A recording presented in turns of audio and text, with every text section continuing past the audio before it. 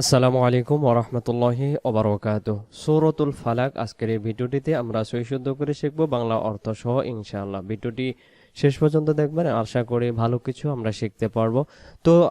চলুন আমরা সূরাতুল ফালাক আমরা পড়া শুরু করে ফেলি।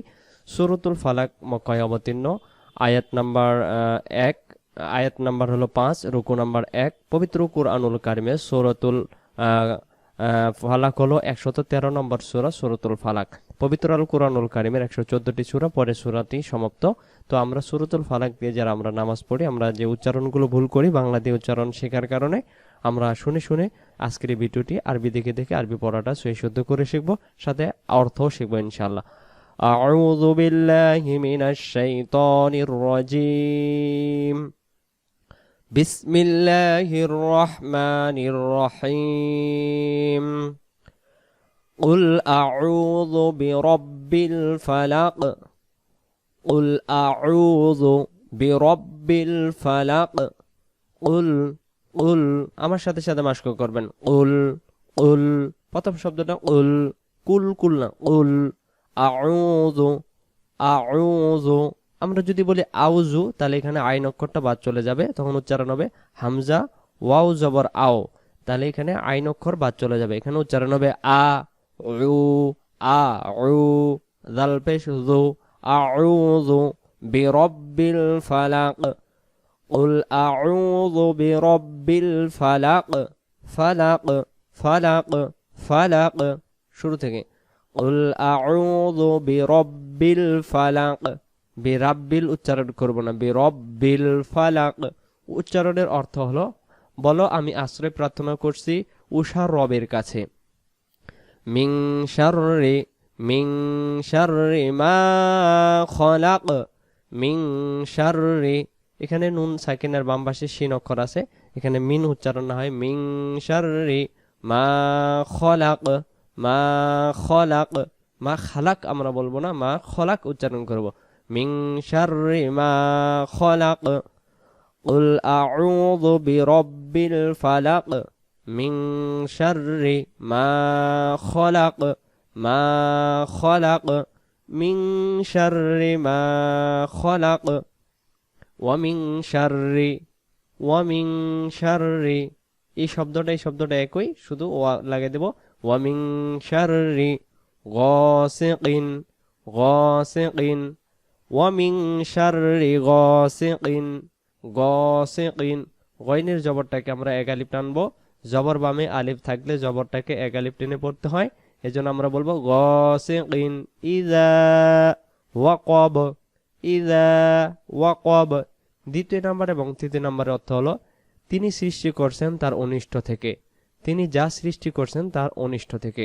ওয়ামিং শাররি মা খলাক, এরপরে ওয়ামিং শাররি গাসিকিন ইযা ওয়াকাব। আর রাতের অন্ধকারের অনিষ্ট থেকে যখন তা গভীর হয়। ওয়ামিং শাররিন নাফাসাতি ফিল উকদ। ওয়ামিং শাররিন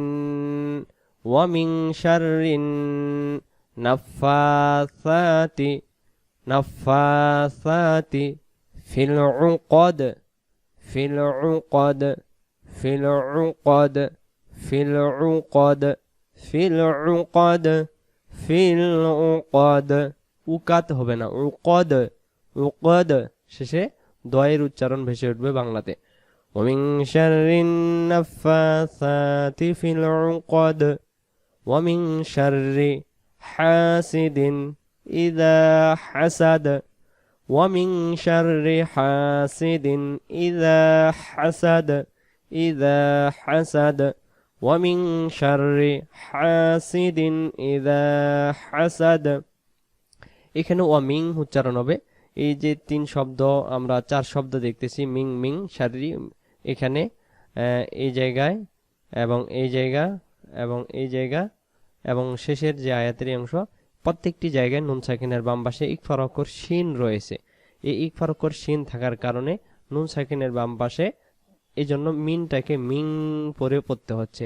এখানে নুন সাকিনের বাম পাশে শিন অক্ষর, এই জায়গায় নুন সাকিনের বাম পাশে শিন অক্ষর, এই জন্য মিনটাকে মিং পরে উচ্চারণ করতে হচ্ছে।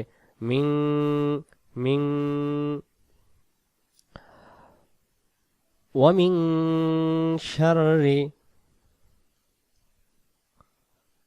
ومن شر حاسد إذا حسد আমরা শুরু থেকে এর অর্থটা জেনে নিই কুল আউযু বিরাব্বিল ফালাক বলো আমি আশ্রয় প্রার্থনা করছি উষার রবের কাছে মিন শাররি মা খলাক তিনি যা সৃষ্টি করছেন তার অনিষ্ট থেকে ওয়া মিন শাররি গাসিকিন ইযা ওয়াকাব আর রাতের অন্ধকারের অনিষ্ট থেকে যখন তা গভীর হয় ওয়া মিন শাররিন নাফাসাতি ফিল উকাদ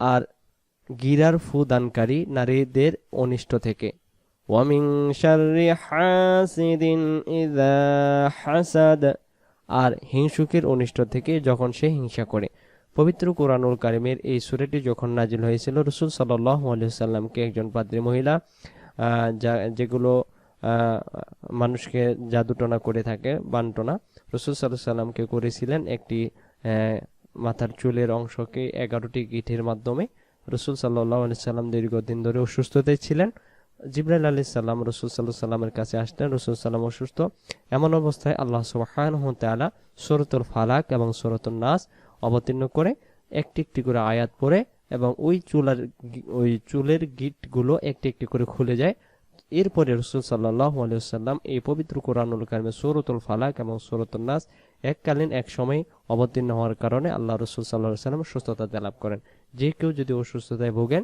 দীর্ঘদিন ধরে উক্ত দুইটি সূরা যদি কেউ আমল করে আল্লাহ সুবহানাহু ওয়া তাআলা তাকে কুল্লি শিফা দান করে তো আজকের এই ভিডিওটি আমরা সূরাতুল ফালাক শিখলাম ভালো লাগলে জানাবেন পরবর্তী কোনো সূরা শেখার জন্য আগ্রহ হলে আপনাদেরকে আপনারা কমেন্ট করে জানাবেন ইনশাআল্লাহ আমরা চেষ্টা করব আপনাদেরকে উক্ত সূরাটি শেখার জন্য ভালো থাকবেন আসসালামু আলাইকুম ওয়া রাহমাতুল্লাহি ওয়া বারাকাতুহু